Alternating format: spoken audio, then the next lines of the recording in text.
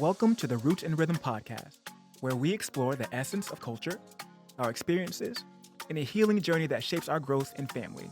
Through heartfelt stories about marriage, mental health, relationships, and parenting, we create a space where you can find connection, understanding, and inspiration. Join us as we explore the rhythms of life, one story at a time.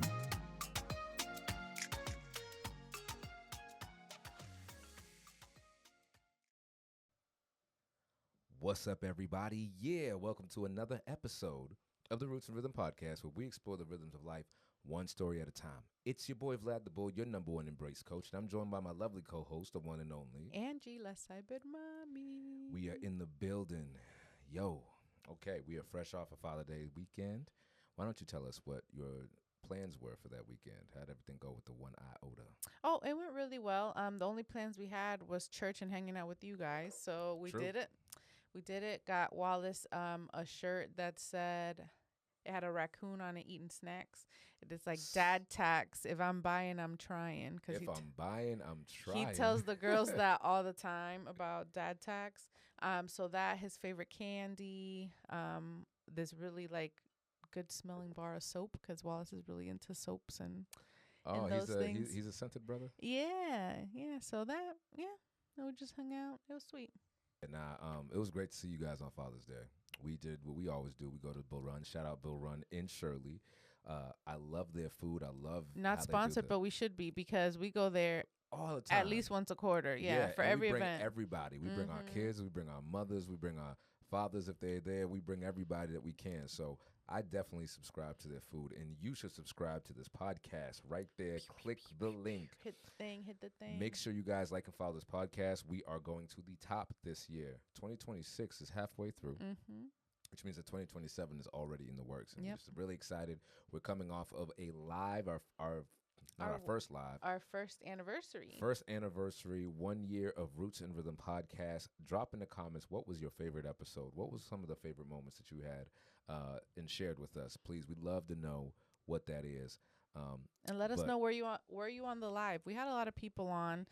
They sent us some good questions. We were sharing the answers live. So check out the recording. It's on YouTube. It's on Spotify, Apple Podcasts, wherever you get a podcast. It's there. Check it out because we are doing great things. So today, we're actually talking about fatherhood. We're talking about fatherhood.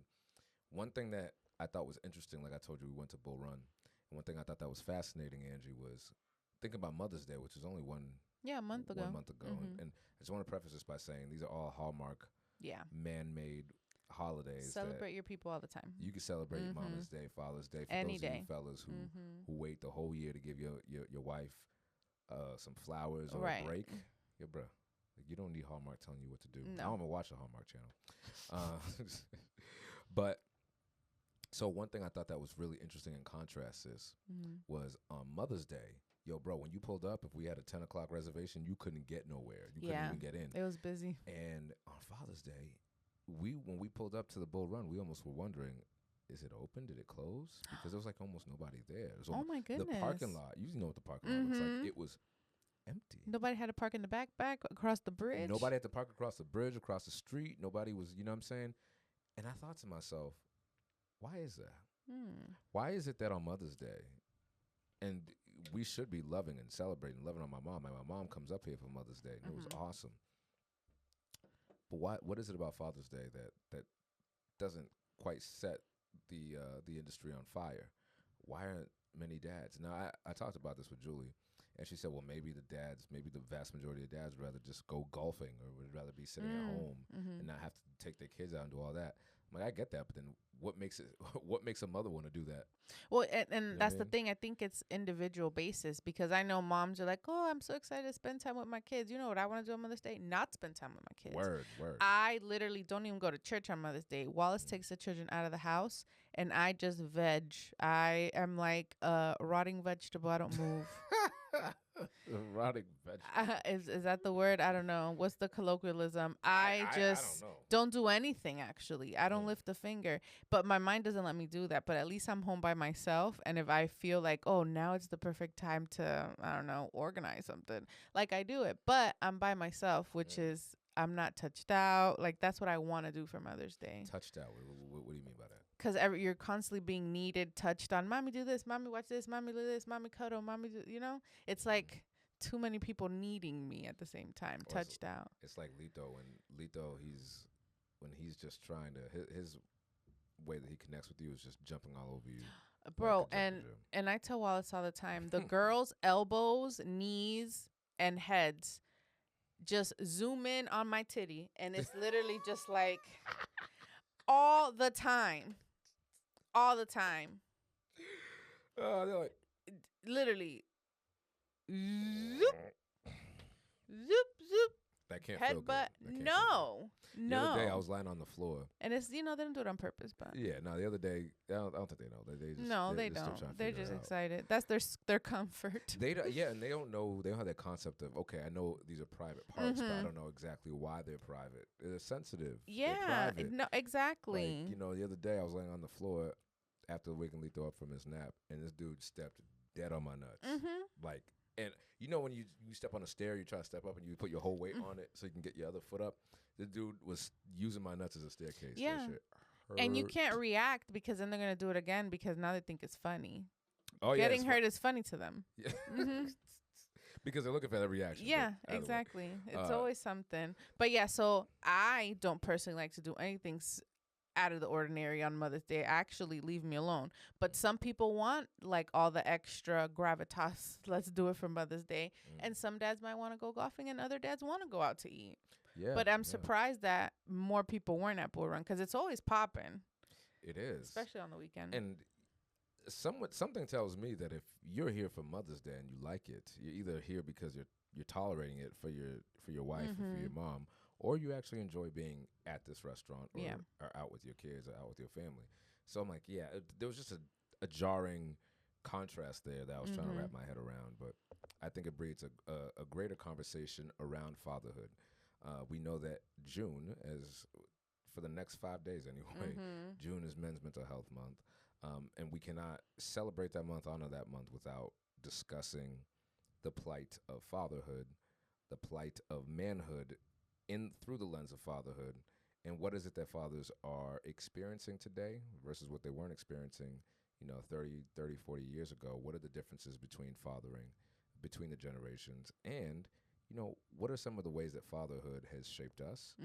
What are some of the ways that like Wallace, what are some of the ways that his parenting of the girls reshapes or reaffirms your vision of fatherhood and your understanding of it, and vice versa? So it's gonna be good. I want to brace ourselves because you might want to have your handkerchiefs. Do we even call them handkerchiefs anymore? Get you a kerchief, handkerchief handy, because we are going to go in depth. We're gonna break this apart. So, yeah. So I have some questions here, and I know we started talking about Father's Day and what we did, but do you have a favorite Father's Day memory, either that's been done to you or that you experienced in the past, like celebrating your dad? Probably not good to ask an ADHD brain things that go back too far that aren't traumatic. I mean, I'd say Father's Day for me. I'll start with me. I'd say Father's Day for me. Like this last Sunday was really nice. It was a really, really nice Father's Day. I don't like. I'm not gonna say I don't like. I'm not used to being pampered in that. Like Julie said, do you want that on Father's Day morning on Sunday? She's like, do you want me to wake up and make you breakfast? And I said, no. Why would you do that? I can make myself breakfast. And she's like, but it's Father's Day. I'm like, oh. But no, I still don't want you to do it. I said, let me wake Lito up. She's like, no, I'll wake Lito up. I'm like, okay. And then she went to the bathroom and I just woke him up. And it's not like I'm trying to sabotage her. Yeah. But I don't know. Like for me, being with my son is what I want to do on Father's Day. I don't want to be throwing darts. I don't want to be at the golf club. But actually, I will say this Father's Day was probably one of the best in memory because we went to the Bull Run. We had some food. We broke some bread. The kids enjoyed it. And then afterwards, Julie and her mom and Beth took the boys home back to our house. And me and my father-in-law, Pop, we stayed. And they were having outdoor music. And it was jazz. And it was all blues music. I wish there were more black people, though. It's the Bull Run. Not one brown face in that blues crowd. I'm like, y'all, this is cute, but okay. But either way, it doesn't take away from how enjoyable it was. And he and I just had a couple drinks, and we were just talking. I got to know much more about Pop. I asked him about his childhood. I asked him about, some of the experiences he's had with the kids growing up and raising them. So it was it was really, really nice. Yeah, I love that. I love that. I don't remember Father's Day for my dad when we were younger. Really? I'm sure we made him cards. Like we always, I mean, the six of us are very creative. We used to go all out for things like that. Make cards, try to make breakfast, do all the things. But yeah, Wallace also just likes spending time with the girls. Again, very different. I don't think my dad expected much on Father's Day, like that. But yeah, no trips or anything like that. Wallace is such a He's great so girl's good. dad. Listen, Wallace is like, he was meant to be a girl dad. He was meant to be a dad, period. Yeah. Because Lito's in love with Wallace. So when Wallace leaves, he gets upset. That's why when y'all were leaving, Lito was like, I want to say bye. I know. But, my eyeball got stuck. I know. Y'all ever had that? But Wallace is so good because even when we first moved up here, before we had the girls, we'd do a lot of volunteering at our church, and it was all the little kids. And I'd walk into that place without Wallace, like if he was on tour, and they're like, "Where's Wallace?" And I'm like, "Oh, he's at like they wouldn't even say hi to me. Like he's God, and I'm like, "Good morning to you too." Yeah, good. Thanks for acknowledging me. Yeah, I'm well, here and I get it. I'm not fun. I don't roll around on the floor with the children. Wallace does do that, So, but yeah, so that's a Father's Day memory. And then, is there something that your father always said that sticks with you? So my dad always told us two things. One, that we're first class. That was my dad's favorite thing to tell us. You're first class. We're first class. Don't accept anything less than first class. That's right. That's okay? right. Good on your dad. And the second thing is, it's in Spanish, but I'll translate it. He said, que las cosas van de Guatemala a Guatapeor. Guatemala, the country, but mala means bad. So they go from Guatemala to Guatapeor. Peor means worse. So things can go from bad to worse real quick. Wow. But that was like a saying he always used to tell us. I love the way I know. He played on that. Oh, yeah. He's full of little sayings like that. So that's great. My dad he had a couple of choice sayings. One thing that I've been quoting a lot lately is he'll say, if you don't know where you're going, any path that you take will lead you there. Which I thought was pretty ironic because I don't think my father saw just how much that applied to himself. To himself, yeah. But my dad was in the business of pouring things into me that were not poured into him. And I think in his attempt, it was to build me up in the way that he wishes his father built him up, have that connection, even if he couldn't really support that beyond just saying it, if that makes sense. So like my dad would always say, always believe in yourself. I'll never forget. He taught me how to ride a bike. And he's like, we're not using these training wheels. I remember specifically, it was an image of those training wheels by the trash in the kitchen.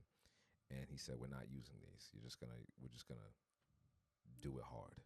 Nope. And I was like, okay, well, you have a lot of faith in me, man, because you know what I'm saying? I don't know how that's gonna go. And I fell, and I kept getting up, and I fell, and I started getting frustrated. I'm like, yo, dude, my elbows are all jacked up. I'm getting, you know what I'm saying? He said, Vlad, always believe in yourself. And I remember I just kept trying and getting up, and those words kept resonating in my head. And then I eventually rode the bike, and I didn't fall. And I remembered those. And he's like, I told you, always believe in yourself. And Dad would do that every time I had an accomplishment that he was willing to celebrate. He'd say, always believe. And it was kind of like a running joke, because I'd be like, I don't want to hear that. And he'd say it anyway, that kind of thing. And so, yeah, I really appreciate that my father said that to me, because even as time would have it, when you are doubting yourself, our parents' voices are they going to be the angel on our back or the devil on our shoulder? And their voice becomes the voice of our subconscious mind. And so to have that in the archive somewhere is very useful for me. No, that's good. No, literally, that's why I not worry so much, but I do always, I'm conscious of what I do tell the girls, because there's some things my mom used to tell me that I still, again, in the back of my mind, I'm still listening to, good and bad. So, yeah, so important to speak good things to the children. Now, here's one thing. I'll ask you this. If you could put yourself in the mind of your father right now, Okay. Maybe not right now. But if you When could he was of sound mind. right, if your dad was of sound mind, how would you think Mm-hmm. that he would want you and your siblings to remember him? Definitely a provider. Mm.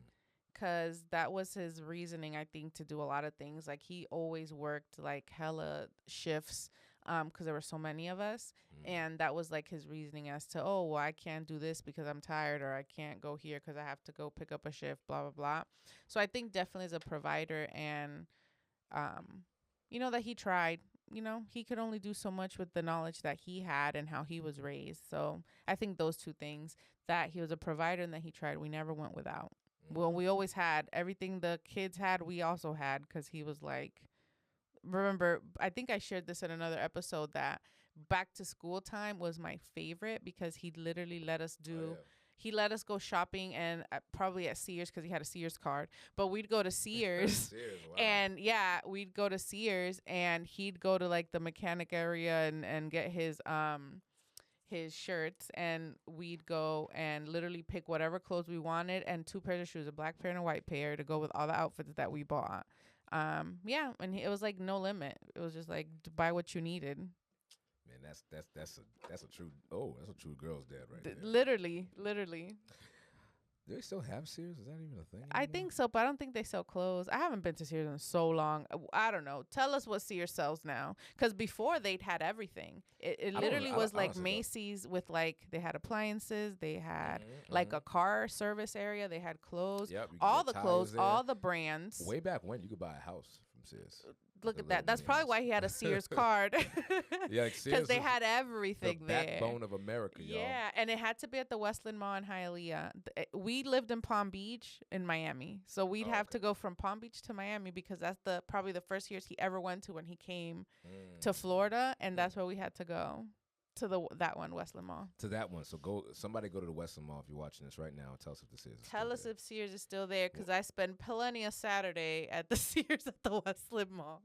We used to go to the Sears and Galleria Mall in Cambridge. Shout out to all my Canterbridgians. Stand up. So that's where it was. It was connected to the Best Buy was on the other side of the mall. And so you could exit through the Sears, you could exit through the Best Buy, depending on where you parked your car. Good times, man, good times. So this is where we're gonna get deep, okay? Because we've talked about some catchphrases, we've talked about some things that our parents have instilled in us, but I want to bring it backwards a little bit and ask you, what was your relationship like with your father growing up? Terrible. So it was great until we started getting and forming our own opinions. Then it was like, you shouldn't, talk back. You shouldn't.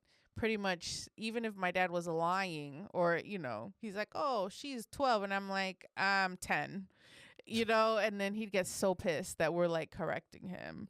So anytime that you spoke out of turn, it was an issue. And from then it's like, we never agreed on anything. So it was so great when we were little, but then after a certain point, it was just kind of like tumultuous. What do you feel like was driving that for your father? Why was he wasn't in control anymore? He wasn't in control. He was outnumbered? He was outnumbered. He wasn't in control. We literally have his character, like his temper. So it's like him against him. Oh, wow. So you acknowledge that you picked for sure. Really? I'm very, and I think that's not the turmoil in my brain, but it's like I'm fighting against myself because I don't want to be like that. Like even when Wallace and I get in disagreements, like I try not to get the last word just because I want to get it, because I know that comes from him. I know it, So that's like my inner battle. Interesting. Yeah, but definitely no. And I think it wasn't until like after, going through and understanding like I can't change him. He's only the product of his environment now. He grew up, and even if he's not trying, I know that he's limited in the things that he can say, or like he doesn't have the tools to have that relationship that I'm thinking we should have. So it's like I forgave him, I moved on, and then now he has dementia. So it's like we're never going to have like that Wallace and the girls relationship, but I'm so grateful that the girls get to have that. And me and Emmy talk about the other time is like, I be hating on the girls because they got a daddy. And then and then Emmy's like, I know, can't relate. Like Wallace will do something to the girls and we're like, oh wow, can't relate. Right. Because it's nothing like It's nothing like not. you've seen. No, no, no, no. Do you feel like you've ever needed closure from your dad with everything that's happened between you No, and I think I don't need it anymore because I know I'm not going to get it. So I feel like I have justified and I'm okay in accepting that it won't happen because of his diagnosis. Like, well, say your father I'm not going to never drive. I'm not going to drive myself mad trying to have something I know I'm not going to get. Well, in thinking about that, right, that closure that you would have wanted had your dad not been sick, what would you have needed him to say to you? Oh, probably I'm sorry, or I tried my best, or anything that my mom has said recently, in seeing how we're, raising the girls and all that. Yeah, literally anything, Vlad, honestly. It's fascinating. So I asked that for a reason. My relationship with my father, as you know, is complicated. Yeah. And I'm going to try to explain this the best way that I can. You know, my dad, like many other men, my father was my image reflected. It was my preview into what I'd be. So I looked up to my dad a lot growing up. And I was also very profoundly confused by his behavior. And it's because my father was one way with me and then another way with my mom and my brother. And then he was another way with his siblings, right, with my aunts and uncles. So, for the first 10 years, or I would say, I don't know how long, a lot of my childhood is patchy, right? Like, I just remember things in patches. But, for as long as I could remember before my mom and my dad got divorced, my dad and I shared a bed. And I think the thought process was like I was the prodigal son. I was his only child in a lot of ways, even though my brother was literally right next door, like feet away from him, and just refused to have a relationship with him. Yeah. And so up until my parents left, I was a kid, so I thought that getting preferential treatment was great because at least I wasn't getting screamed at. At least I wasn't getting dogged like he treated my mom and my brother. But as I got older, I realized that I needed something else from him. And, I've shared the story on this podcast before about how when I was 15, I ran away from home. I was like, yo, let me get out of here and get some Skittles, boy. Right. My mom said, don't come back. I'm like, bet, I'm going to daddy's house. I didn't tell her that, but that's where where else was I going to go, right? And, in that time, I needed from my father for him to just be honest with me about my story of origin. My mom always told me the reason why they fought was because my mom, when she was pregnant with me, my father said he didn't want the pregnancy to move forward, and he gave her money to get an abortion. She refused, and she can't all these things. And so I asked him one day. I said, "Hey, why didn't you want me born?" And he said, "Who told you that?" I was like, "Yo, bro, Does it matter, or did you not say that? Because if for some reason Lito asked me that question right now, I'd say, where did you get that idea from? That is absolutely not true. Categorically, my father never denied it. Yeah. He just asked me, who told you? And then later I found out he called my mom and was like, why'd you have to tell him that? She said, what was I supposed to tell him? Right? And so when I moved out, it was bad. It was traumatic. When I moved back out of my dad's house, he said some really hurtful things to me. And I probably said some things back to him. That we were just both in a series of hurt. My father was seeing himself as being abandoned. Everybody had left his side, not really seeing his part in it. So, it was after that move out that began the real long stretches of time where I didn't hear from my father. And so it would be nothing for me to go a month and not know where he's at, not know what's going on with him. A couple months, whatever. I saw my father this last May, like on his birthday. His birthday's May 29th. And that was the first time I'd seen him in about a year. And it was really great. I felt like a little kid again. Yeah, right? and you guys hung out the whole day. Yeah, we got to walk. We went to my grandmother's grave, my aunt's grave, my Uncle Eddie's grave. And we just talked. And we talked like men, right? And I realized that my relationship with him now is very different than it was when I was a kid. Because when I was a kid, I wasn't empowered to think. I just had no choice but to experience. And I had questions, but if they didn't get answered, it was what it was. But now I'm in a different position where, because I've responded to my story and our relationship in the way that I have, I'm in a position to teach. That doesn't mean that he's going to listen to me. But, here I am trying to tell my dad, you need to make things right with my mom. You need to do this. You need to do that. Like, life is short. Like, I'm schooling him, and or I'm giving him, things that to think about. I would say maybe not schooling him, and yeah, it was just complicated. It's complicated, and I mean, I love my father, man. I just spoke to him this morning. We had a great conversation on the phone. A lot of it's just check-ins. My dad just asked me the same questions. How's Lito? How's school? How's this? And at first, when he was doing that, it didn't really start happening until he got older. I'm like, why you asking me the same question you asked me 2 days ago? And it was like, it's not like when you ask me, does Lito still have his appetite? It's not like he just lost his appetite in a couple of days. You know what I'm saying? But that is the basis of our relationship is those questions. And yeah, it's complicated. Yeah. I think a lot of people have complicated relationships with their parents, or with their dads, unless like the dad, and hopefully I'm going to phrase this the right way, but unless the male, the father, puts like their ego aside a little bit, because I feel like in a lot of relationships it's like, hey, when you said this, it hurt me. And ego would say, well, why did you take it like that? That's not even the way that I meant it. Versus saying, I'm so sorry. Like, what can I do to repair that?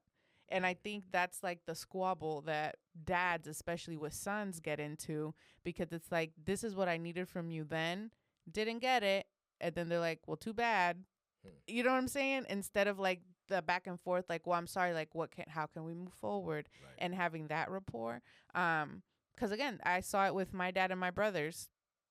Like, my dad kicked my brother out of the house when they started. Like, he didn't like our opinion, but I feel like he's like, oh, they're a girl, they're going to stay here. He kicked my brother out, and Jose lived with my oldest brother for a long time. Oh, wow. Wow. Yeah. How was that for you? Terrible. I hated it. Did you express that to your dad? Yeah, and I didn't have an opinion. Like, I didn't have a say into the situation. Yeah. Has your brother is Jose, right? Has Jose and your father, before your father got sick, had they ever revisited? Yeah. Jose went to DR with him for a while.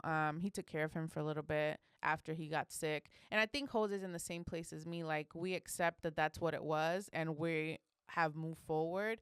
And I don't think we hold any ill will, but it's not the same, Are there any of your siblings that have had complicated relationships with your dad, and they've not had peace with him? No, I think we're all at peace. And I think it's because he got sick, because now it's kind of like, well, what are we going to do? Have like this anger inside of us forever that's like eating away, or are we going to accept the fact that it literally stopped right there?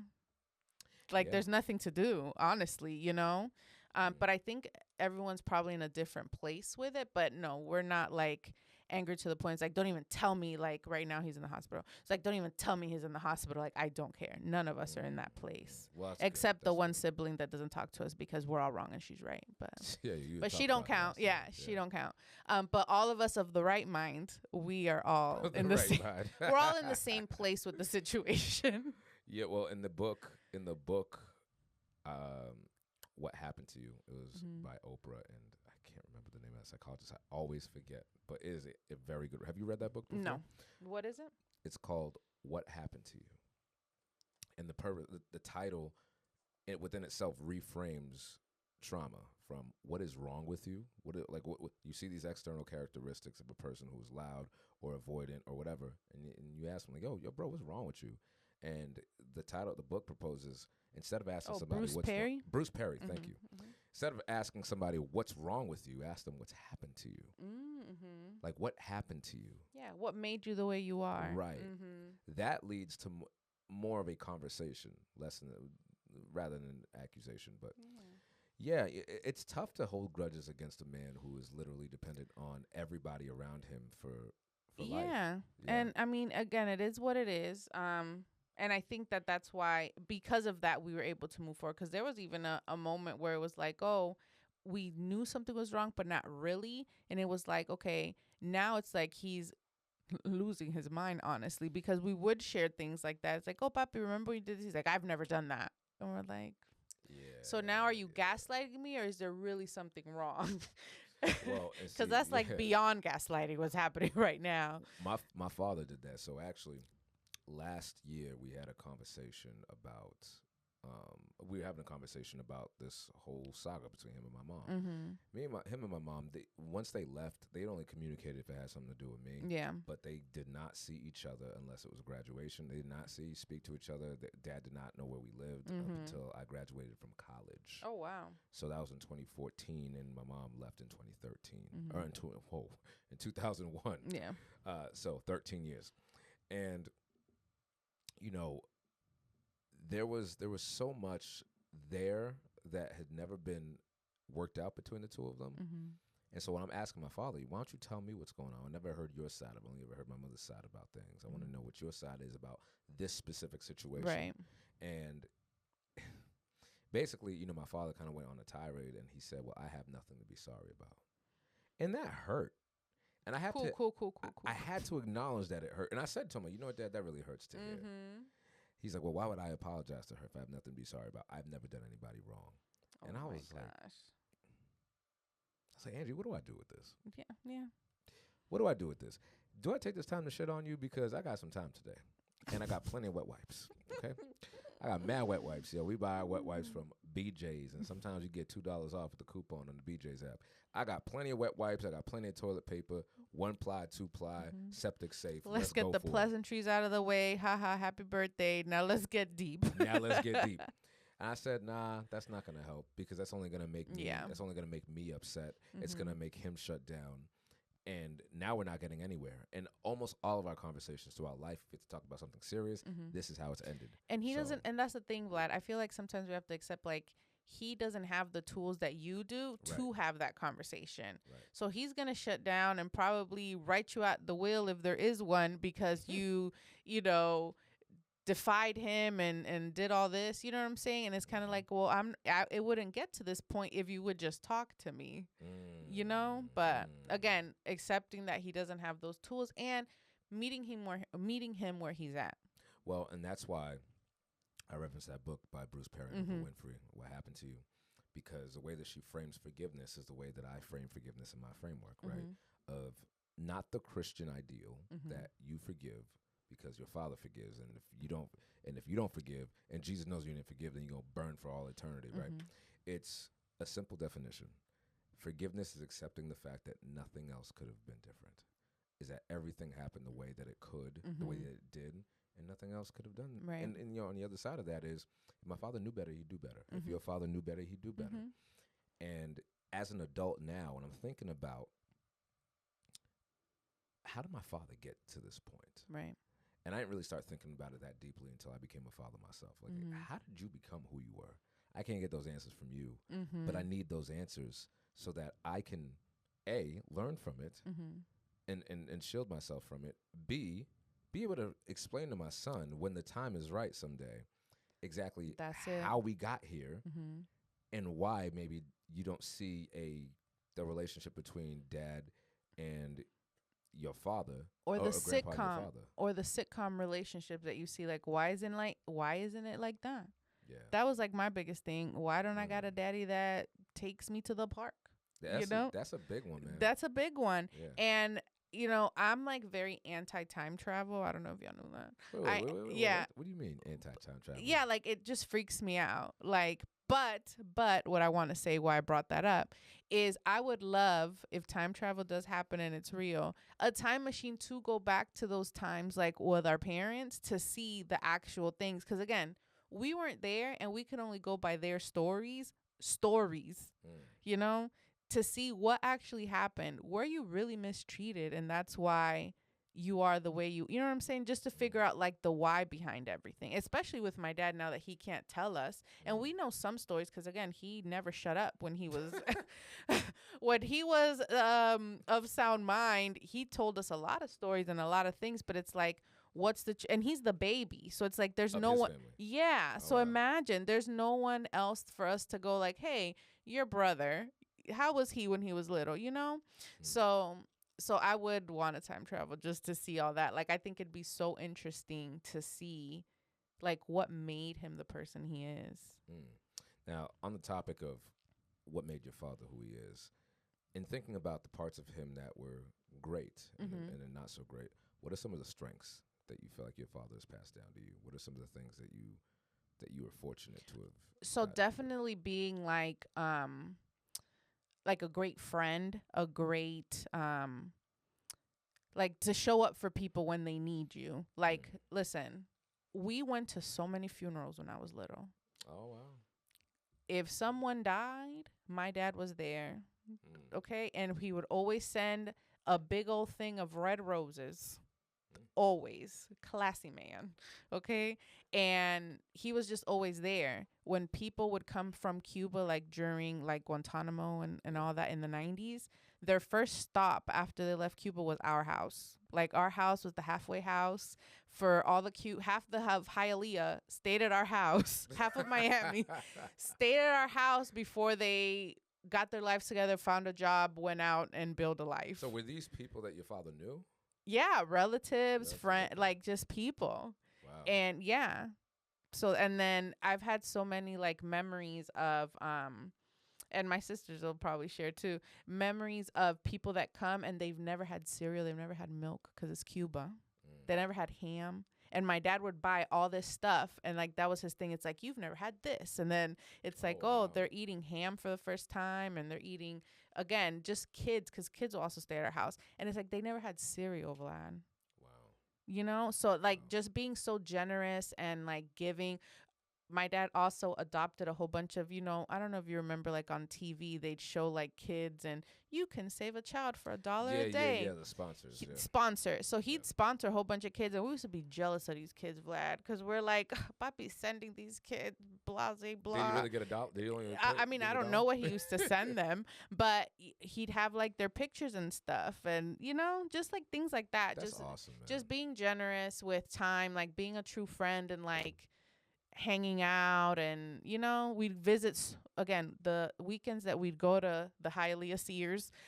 We'd also visit a whole bunch of people because we'd go to like an hour and a half to Miami from where we lived. There's a Sears up the road, but let's go all the way to Miami. And I think he took that time to also go and see everybody. Like we'd make our rounds with all the kids. So it sounds like your father was a really charitable man. Charitable and the life of the party. Yeah. So what do you think went wrong? Like what happened? Again, I think it's the things out of his control. Like we were after a certain age, you are out of your parents' control because now you're thinking for yourself. But why do you feel like that was such a problem for him, for you guys to have your own opinion? Because I feel like he was on the spectrum, Vlad. I really do think. Me and my siblings swear that my dad had OCD, undiagnosed. He was very OCD. He was very particular about how he would put on his clothes, how his clothes had to be. And it might be because he was older, like, of the times, like you always had to be on your P's and Q's. Yeah. But it was like if his sock went down a little bit, he had to lift it up. His shoes had to be, again, a certain way. He ate in a very particular way. Like his food couldn't touch unless he put it together. Just little things like that. Yeah, so it sounds like he was neurodivergent. Yeah, he was very particular. And we couldn't, again, children, after you aren't a baby anymore, you can't control children. You can, but with an iron fist. And he was very like, he disciplined us. I mean, we talked about kneeling on the wall and doing all that. After you misbehave or whatever, we would get our behinds whipped and we had to sit on the wall or lean on the wall, kneel by the wall with our hands behind our back, things like that. So yeah, I think that's how he tried to control us. But he went nuts because he couldn't, even with that. That's interesting, man. Well, first of all, thank you for sharing that because it's hard to think that there's a duality for our parents. But that's when forgiveness really becomes powerful, right? Because had you not accepted things for the way they were, it wouldn't even matter how charitable your father was, how many people he's opened his doors to, how much milk and cereal that he passed out to the community. You would just remember the bad parts. Right? Yeah, no, literally. And I think, too, everyone around us, I'm sure they knew that he was doing these things, but because those are his friends, they probably grew up the same way. They're like, that's normal behavior. Yeah. There was no one that was like, bro, that's dead wrong. Yeah. No one. So you talked a little bit about your dad's strengths. What are some of the struggles you feel like he had that you understand now more as an adult? I think he was way over his head having so many kids here. Talk about that. Because he works so much, Vlad. He already had us older. So he's already in his 60s working double shifts as a mechanic at the sugar plantation, at the sugar place. So imagine, he's already dog tired. He should have retired and he was still working because there were so many of us and we were all underage. Yeah. You know? So yeah, I don't think that he really understood what that meant, because we could have stayed in DR and lived a very comfortable life, but he wanted us to have the American dream, which I really appreciate. I'm very happy that I'm here. Don't get me wrong. But yeah, I don't think that he understood the level of what it was going to take for that to happen with so many mouths to feed. Yeah. Yeah. I mean, I have this image of my parents just always work. My mom also always worked. My dad always had the more lenient schedule. But, he worked, his office kind of bounced around. At one point he was in Cambridge, which was nice. And at one point he was in Boston, then he was there, and he was in Charlestown. And what did your dad do? Because I know your mom was a nurse. I still don't really know. You're like, he was in an office in Cambridge and he had a flexible schedule. I'm like, what the heck kind of job did he have? I hope he wasn't dealing drugs. No, I doubt that. No, my dad's not slick enough to do that. But he was always dressed. No, my father, I believe, worked with benefits. Okay. So if somebody was like admin, some kind of work. Okay. So I remember when I used to call him at work, he'd always say, CPU, good morning. I'm like, what the hell is CPU? Are you a computer? Are you a central processing unit? Like, what the hell is CPU? Never explained that to me. You know what? You gave me something to ask my dad. I'm like, what the hell is CPU? What is CPU? I'm about to Google it. CPU Boston. No, I'm Cambridge. Well, it was in Charlestown. Eventually. So I have no idea what that means, ladies and gentlemen. If you can fill me out. And my dad just worked with people who were applying for benefits, welfare, things like that.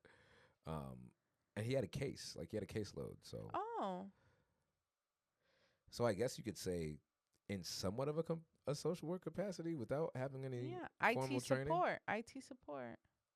I don't know about that.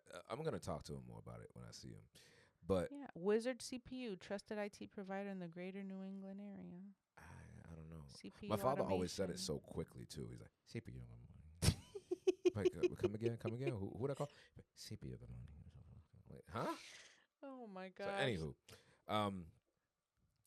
so when I think about my father's strengths, that's, again, I cannot express how important forgiveness is. It is the third rung of my embrace framework, is making peace through forgiveness. And it's because forgiving my father, that is accepting him for who he is and his flaws, and accepting the fact that he did what he was able to, not what I wish he did, is a distinction to me. Yes. Allowed me to really relish in the strengths that he has. My father is, it's going to sound oxymoronic, but he's otherwise a very patient man, you know. There were things that I knew that, even though my mom was my main caregiver, so to speak, a most consistent caregiver, there are things I knew I could not talk to mom about that I could talk to my dad about. Because my mom would flip out and just lose her shit, and I wouldn't be able to get what I needed.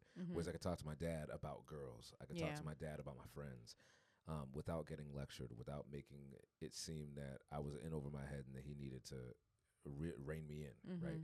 So I think my father was lenient to a fault, but again, he didn't have the relationship with his father that I don't even think I don't even know. Like, every time I talk to my dad about his dad, things get a little weird, right? And sometimes I feel like he makes things up just so that he doesn't have to admit that it wasn't what he wanted it to be. But either way, my father loves classical music. My father's very well dressed. He was always clean shaven, out the door. 4 a.m. my father would be up. Oh, wow. 4 o'clock in the morning, he'd be up. He'd walk his, I don't even know how many miles, and he'd be back home, showered, in his clothes, well dressed. You know what I'm saying? Not a suit and tie, but dress shirt, slacks, and he'd wear his shoes, and my man would be out the door. My father looked the part, but he was very disciplined. Yeah. And outside of all of my issues with him, those raw personality traits, I honor those, because guess who's getting up at 4 o'clock in the morning? Yeah. Guess who's walking? Like, every time I walk now, I'm trying to beat my father's record. And I feel like a little kid. I'm like, yo, Daddy, I took my walk today, and I finished my 4 miles in 55 minutes. Have you Mm-hmm. ever done that? And he's like, oh, yeah, you know. He will never give me the sauce either. Yeah. He's not going to be like, nah, son, this is what you got to do. He'll never give it to me. Mm-hmm. But I could tell that he's low-key proud. So Mm-hmm. and my father's always eaten well. Yeah. Even though he didn't cook for the family, like Mhm. ever. He cooked for me when I lived with him, and I'd come with his on the weekends. But Mhm. my father was what some people would call the low effort dads. He Mm. was literally not. Well, let my there. mama tell it. My dad taught her how to cook. Really? Mm-hmm. My Wow. dad probably cooked one meal for us when my mom was visiting her mom. Mm. That was it. But when my mom would leave, and my dad was in charge of us, he'd always alternate between KFC and Chinese food. Those were the two things that he'd buy when it was his turn to make food. KFC and Chinese food. Why does that sound familiar? That sounds kind of familiar. You know, One day is KFC, one day is Chinese food. Yeah. mm, So it's funny. yeah, and you know, everybody has different strengths. So Mhm. maybe cooking wasn't your father's. I don't think he knew how to cook for so many people, Yeah. which is all the kids. Because when he taught my mom, it was only him and her. So it was like, okay, small batch. Yeah. Yeah, and I think he was just like, here you go. Easy peasy, easy cleanup, no dishes, no nothing. My father, whenever he'd make a meal for me, he was really big into rice-a-roni for some reason. Ah. And I liked it, I Mhm. guess. You know, if the texture's right, you know, you can get me anywhere. But he always say, Vladimir, here's the food. It isn't edible. It is uneatable. You will die if you eat. I'm like, do you want me to eat this? Really? Or not? Like, do you want Way me to to make it actually eat this food? appealing. Yeah. Mhm. I'm like, Dad, are we eating or are we just reporting what went wrong? Like, and Mhm. it was always fine. It was always Mhm. good. Dad actually wasn't a terrible cook. Yeah. Okay, I never like ate anything. I was like, ugh. No, Yeah. never. So those are his strengths. Mhm. And I'm happy and proud to say that I've adopted those. You know, I don't think I'd be the disciplined person I am with my fitness, the way I eat, and even to some degree the way that I dress without my father's Mhm. influence. Mhm. I also enjoy classical music, just like he Mhm. did, because I listen to classical music all the time. Mhm. But my father's struggles are another story, Yeah. and I understand them now only because I'm a father. I didn't understand them when I got married. I didn't understand them before I became a parent. I just did not understand my father because I was still in a space where I was lacking what I needed from him. Mm-hmm. And from that lacking, everything he did was wrong. Yeah. Everything he did was not good enough.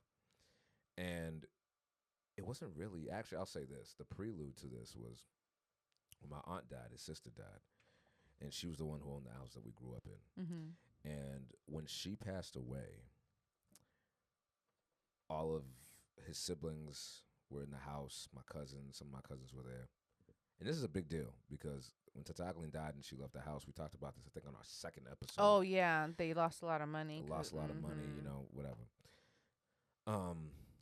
I saw my father had this he had this thing about him. He's like, okay, my sister owns this house, so everything that she has is mine. Mm-hmm. But at the same time, if something breaks, I ain't gonna fix it. Yeah, because this ain't my house, even though I'm staying here.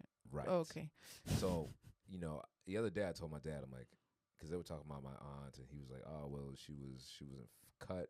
He was saying something that was unsavory about her. I'm like, Dad, you literally had a broken toilet. You could smell this blue toilet from another zip code.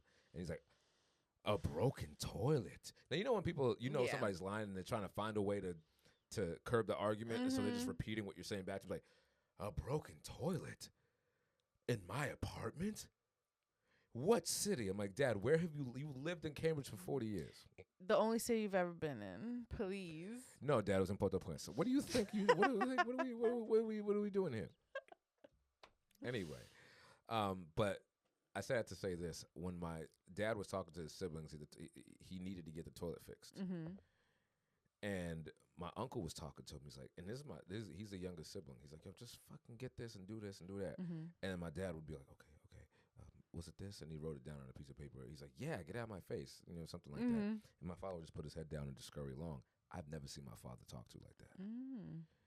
And when my grandmother died, when their mother died, the other younger brother was flipping out because he didn't get to choose the my dad had grabbed a pamphlet at a funeral home saying this might actually be helpful. And because my uncle wasn't the one to do it, he was like, ah! He was literally throwing a big boy tantrum. And my father was quiet. I've only ever seen my father in tense situations being the aggressor, not the aggressed. Mm-hmm. So I'm like, yo, it made me see my father in a different light. And then it clicked to me that, wow, my father, his proclivity to disempower, to control, to, stir up trouble, turn narratives, turn me and my brother against each other, me and my mom against each other, and all this. Outside of what happened to him as a kid, he was disempowered continuously by his siblings. Yeah. And he's older than them. Some of them he's younger than. Mm-hmm. But, yeah, I'm like, Yeah. So in order for him to get control, that's what he did to you guys. The only place he had some sort of control, and even then he didn't have it because your mama left. yeah. Mm-hmm. And I think that was the last straw for Yeah. him, right? Because he's like, well, they disempower me, but they're all I know, so I'll do what they say. I can control this woman, and I can control how chaotic this environment is. But now she's leaving. She's taking that positioning out of my hands. Now I have no control, and I have to sit with the fact that I don't have control. And I brought her from Haiti, and look what she does to me. Yeah, which is what he's been saying. Yeah, I know. That's why I said it like so that. I'm like, wait, how'd you know that? I was like, man. So those struggles I understand now, especially as just like you say, you think your dad was undiagnosed OCD. My father and my brother are the same. They're literally the same people. And for somebody who did not raise his son, they're literally the same people. They stand the same way. They almost recluse the same way. They almost talk the same way. And my brother is on the spectrum. Yeah. So do with that what you may. But now that I'm a father who is also neurodivergent with a son on the spectrum, it really makes me understand my father in a way that, like, wow, I'm so glad I have these tools and I have this brain chemistry to allow me to be present, to learn and continue to push myself to learn how to regulate my nervous system, regulate my mind, because some of it was driven by trauma, and then other part of it is driven by the neurodevelopmental disorder. So, like, I'm not saying that because you have ADHD, autism, OCD, or whatever it is that you can't live a normal life, but you're gonna have challenges, right? And I think that's the difference, Vlad, between like our parents' generation, like old school parents, versus the current fathers with small children now, with millennials and Gen Z that are having kids, because we have those tools and we have the words to use for those things. Like we have the diagnoses and all that to have the tools to be able to be better fathers, better parents. Because I don't know if you saw the report where it's like that specifically dads now are spending more times, four times more time with their kids than the previous generation did. And I was like, I clocked that immediately because all the parents did, and it might be, again, generational, but all my dad did was work. He was not going to spend his free time on Sunday or Saturday. He did spend Saturdays with us, but what was he doing? Doing all the things he wanted to do with us in tow. Right. He wants to go hang out, and he's just going to bring us along. That's because he didn't have time. That's him spending quality time with you. That's our quality time, spending 3 hours in the car and then the rest of the time with his friends. What do you wish would have been different? That he didn't have to work as much, so he could have the energy to actually like spend time with us, take us to a park, take us places we wanted to go. Right. You know what I mean? But yeah, I think that would have made a big difference because, again, talking about the dads in our circles, in our generations, Wallace travels a lot for work. But when he's home, he's home. He takes these girls on all the adventures. They know when Papi's home, they're going on an adventure. Because when they're home with me, I'd rather stay home and do stuff at the house with them. Yeah. But Wallace likes to go take them out. So they go to every single museum there is, every park, every splash pad, so all the things. They went to go see Toy Story 5. Like, they just do it all. Like, right now, Alana's last day of school was yesterday. Right now, they're at the museum. He dropped me off and went to the museum. So it's like he's just very present. And he's patient, which is, again, another thing I don't think dads back in the day had. My dad would just lose it anytime we even asked a question. Like, kids are supposed to be seen, not heard type thing. Right. And Wallace is just, the girls could ask him 5,000 questions, and he's so level-headed that I get annoyed. And I'm just like, I'm walking away. But but it's just, again, because I'm just like my daddy. But Wallace is, like, just there. And it doesn't matter how crazy, silly, ridiculous the question is. He's going to answer it. You know, actually, you brought something up because you said that's just like your dad. It gives you a temper Oh, because tantrum. I know. Are there traits that you adopted from your father that you wish you hadn't? Oh, definitely. I have no patience, Vlad. And I'm very sharp-tongued, I guess, which I try to watch. Because I could get real slick. Like I cut, like I'm slick enough to like Y'all need cut to your see feelings. the way that Angie said that. She's like, I can get real slick. I can get real I slick. get real slick. I can, and it's bad. It's bad, especially when I'm already mad, because you're gonna say the wrong thing. And I have in the past and regretted it and apologized. And who wants to do all that? Listen, I'd rather not even say it. do not beat yourself up needlessly, because the other day I was very quick. Lito was in the back watching his SpongeBob movie or whatever, and he was trying to. All right, you know those. If you have a DVD system in your car, they have those wireless headphones that they have a specific. I think it's like I forgot the IDR, something like that. Specific, whatever. He was trying to. I don't know what he was doing, bro. He had his headphones and he was fine, and I have my gym headphones wrapped around my headrest, so I'd never forget them. Yeah. And he tried to, and because they collapse, so they collapse around the headrest like this. Yeah. And he was trying to tug at it for some reason, and he literally broke the handle. Luckily, I was able to it was just like a slot issue. Yeah, and I put some electrical tape in it. It's fine now, so everything's fine. But I was pissed. Yeah. And I was like, Lito, why would you do that? And you know, Julie was there, thankfully, because I was so mad, bro. That's why it's important. Parenting is a teamwork sport, okay? Because there are gonna be times, I don't care how patient you are, there are gonna be times you need to tag out before you traumatize somebody who say something you don't mean. And so Lito's like, Mommy, he's like, I don't like Daddy. Because I think what he was saying is like, I don't like that he's upset at me. Yeah. And I was like, well, I don't like you either. And then I was like, okay, Daddy didn't mean that. Daddy meant that he didn't like what you did. But I was, I mean. Yeah. Yeah. Vlad, you're a terrible mommy and you're a terrible baby. Listen. Yo, yeah. This is real, and dog. Then you have to apologize. Yeah, and then you have to apologize. Then I feel dumb because then Wallace will be like, you argue with a 3-year-old, bro. We finna argue forever. Yeah, we are. Because again, Arya's just like me too. It's this circle of life. You know, I am the best of both worlds. I am. How do I put this? I've gotten the best from my parents, and I've gotten the worst. You don't have to keep everything you get, though, right? You could put it down. You could put it down. You could put it away. You could sell it. You can give it away. Or you could just let it sail. I don't know. But I am the best of my parents, and I have some of the traits that I wish they didn't have with me as well. But that obviously keeps me going. It gives me something to work on. For example, my father. When my father doesn't want to be bothered, this dude disappears. And when I say disappears, you cannot call him. You cannot pull up on his house, ring his doorbell. He would not answer. If you talk to him, he'll act like you're not there. Yeah. My parents both do that. And so when I am upset, and this happened recently between Julie and I, we had to break it down. There were days before I could tell her, this is why I'm upset. Yeah. And so subconsciously, I was stonewalling her, not saying anything. Because my mindset is, if I haven't, dealt with this, and I haven't been able to bring language to it, I'm just not going to say anything because I don't want to be like my mom and my dad. Yeah. All the while, me stonewalling and not saying anything is exactly what my dad's doing. That retreating is exactly what my dad used to do.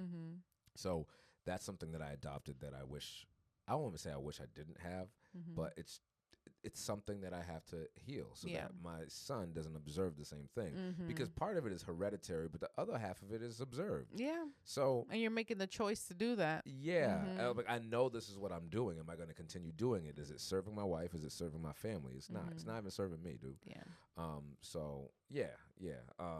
But my father also, he wasn't able to apply it at home, but he had a big heart. He would come back from work and tell me these stories about the people he helped. I don't know if it's because of strugglers with ego or because he generally enjoyed helping people through their problems. So people, he said, would confide in them things that he didn't expect. And I admired that about him. And I can tell that my father, deep down, beyond all the wounds and all the maladaptive ways that he coped with life, my father, deep down, is a good person. Mm-hmm. And if you could see the person for who they are beyond the issues are there. I can't, no matter how much forgiveness I have, no matter how much you can see your father in the vulnerable state that he's in, Mm-hmm. you'll never be able to undo the damage that he's done. It's learning how to cope with the void that he left, all the while healing yourself so that, you know, I don't really like the term anymore that will be whole. Like I make myself whole, because trauma leaves scars. Yeah. And some of those holes you won't be able to avoid, but you'll at least stop bleeding, right? So yeah, man, it's complicated, but I also, because I'm not perfect, if I have ever done something or will do something to upset or harm Lito, I want him to be able to come to me, and I don't want to be cut out of his life for it. Exactly. And when he does come to you, for you to have make an environment where he's able to share and not feel like, well, I'm never sharing that again. You know, like for him to come back and share things, and for you to, you know, accept it and, you know, either change the behavior or apologize for it if it's something you can't change. But yeah, keep the communication open so that relationship could continue, because I think that's also like my biggest thing. I don't want the girls, like there's like a saying, it's like how, you know, there's going to be a time where your kids are going to be out in the world and someone's going to ask them about their childhood, and they're either going to flinch or they're going to be excited to talk about it. You know? So how is what you're doing today going to impact that conversation 25 years from now with someone else? You know? So I'm always thinking like that. Like, okay, me being a bitch right now is not conducive to what I want them to be telling their friends, because who's going to want to come to that bitch's house for Thanksgiving? Oh yeah, for real. You know? Yeah. I'm being a bitch right now. No. I want it to be warm. I want it to be loving. I want them to want to bring their people over and be like, no, you got to meet my mom. Right. Like, you got to meet her. She's funny as hell. That's what they're going to say. She's funny as hell. Let's go see my mom, you know? Now, here's a question for you as we wrap. And this is for all the fathers listening to this podcast right now, can fathers be dutiful fathers, right? Good father, dutiful, effective, whatever, however you want to express that. Can fathers be good fathers without being emotionally available? No. Parenthood, and I know we're talking about fatherhood, so I'll let you talk about the fatherhood. Sure. But just parenthood in general is an emotional job. We are teaching the kids, we're teaching the kids, our children, even their friends, how to regulate their feelings. So how are we going to do that without us being in touch with those feelings ourselves? Like, it's a constant thing of learning and unlearning and then teaching. That's what parenthood is. What is the good that I was taught to keep? What's the bad I need to unlearn? And then we want to make them better. So you have to be emotionally present, especially when it comes to having girls. This is just an emotional battlefield at the house sometimes. And that's why I'm so grateful for Wallace, because he has the patience to deal with that. So yeah, no, you cannot, unless you want to do it the wrong way. Well, because I asked because there are videos on Instagram I've seen about there are boomers that come forward and be like, you know, all these millennials, these kids, and these Gen Zers are coming forth, and they're saying that, you know, that they talk about their childhood as if they survived some sort of horrific accident when they had clothes on their back and food in their bellies and a roof over their heads. And so for many men, we always see the socialization of us as being providers, protectors, and coverers, as I'm doing exactly what I'm supposed to be doing. I don't owe you anything. What's that scene from Fences? You ever see that scene? You know, Fences, the play? Yeah, but I didn't see it. So Denzel was like, he was talking to his son because he played the role. I think James Earl Jones actually played the role of this man before, his character. And the son was like, well, Dad, I don't feel like you like me. He said, what part of the deal was me liking you? I don't have to like you. He's like, but what I'm doing right now for you is providing for you. I'm just paraphrasing now, but providing for you, giving you clothes, making sure you're fed, keeping you out of trouble. Like that is love. I don't gotta like you, but I have a job to do. And it was widely applauded. I've seen people like, oh man, that's such a great scene. And I'm like, but if we focus on that one segment of what he said, I don't like you, that's problematic. I like my son, and I genuinely love him, but I like him. Me and my homie, we're homies. And if I don't like you, it's not because of you, because you're a child. You haven't done anything for me not to like. I might not like some of the things you do. The things you do, and that's the thing. And it's like, how can you tell a kid you don't like them, but you love them? So now I'm only here because of an obligation. Like, it's not anything to do with you. You suck, but I'm just here so I don't go to jail. But also, what does that say about a child that you created that looks like you, who you don't like?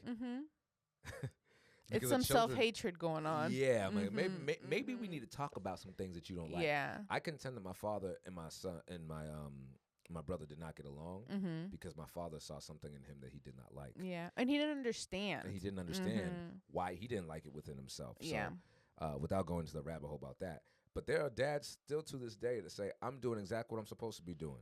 The bare minimum. I'm doing I'm providing you insurance, shelter, food, clothing. You might as well put that baby in foster care, because that's what the foster system's also going to do. The bare minimum. Right. Shelter and food. And guess what, Angie? When we think about the times of our dads, when our dads leave this earth, I'm not going to be thinking about the money they did or did not spend. I'm going to be thinking about that, and that's why father wounds hurt so much. Because I'm like, I don't really care how.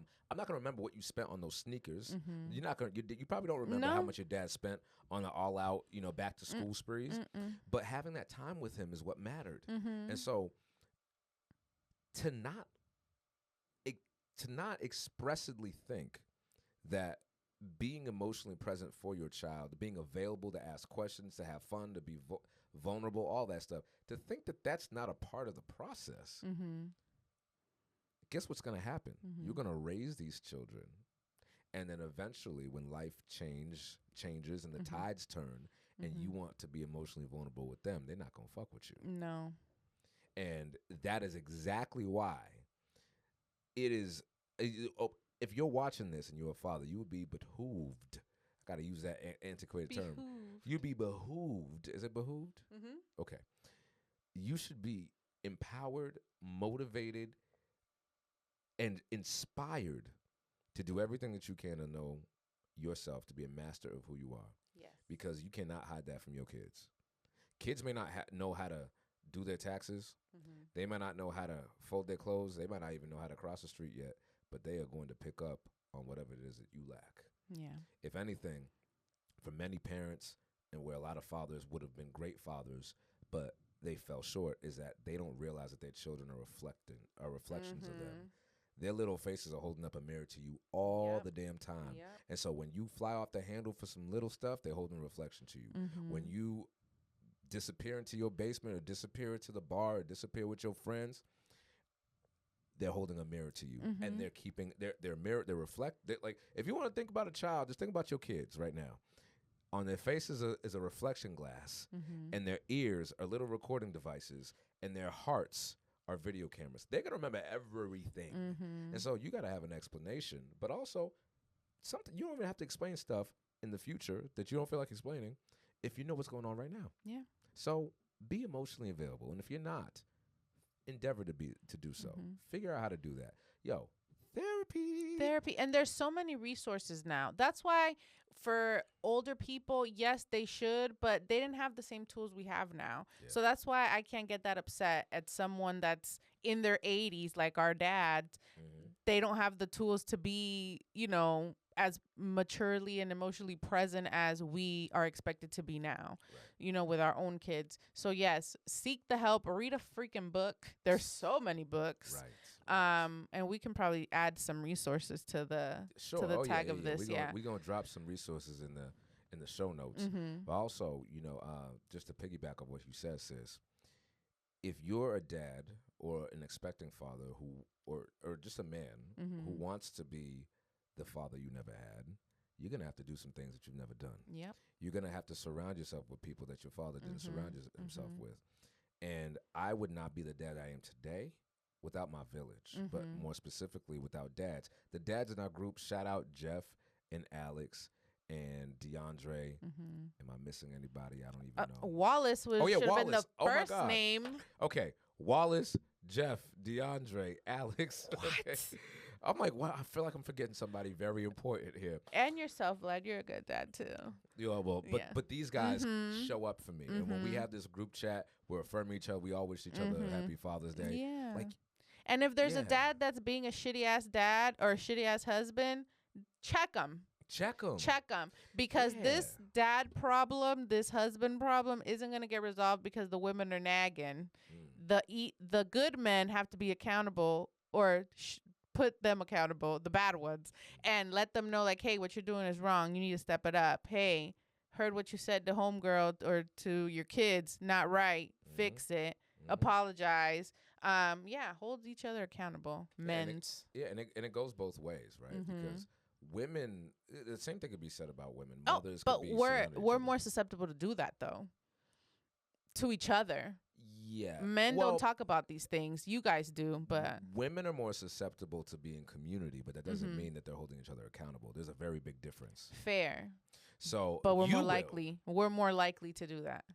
So essentially, what the message is, ladies and gentlemen, is that if you're a mom who needs other mothers, you better get you an Angie, because Angie will pull up on you when you are doing well, and she will pull up on you when you need to be checked. And I've seen this firsthand. Yes.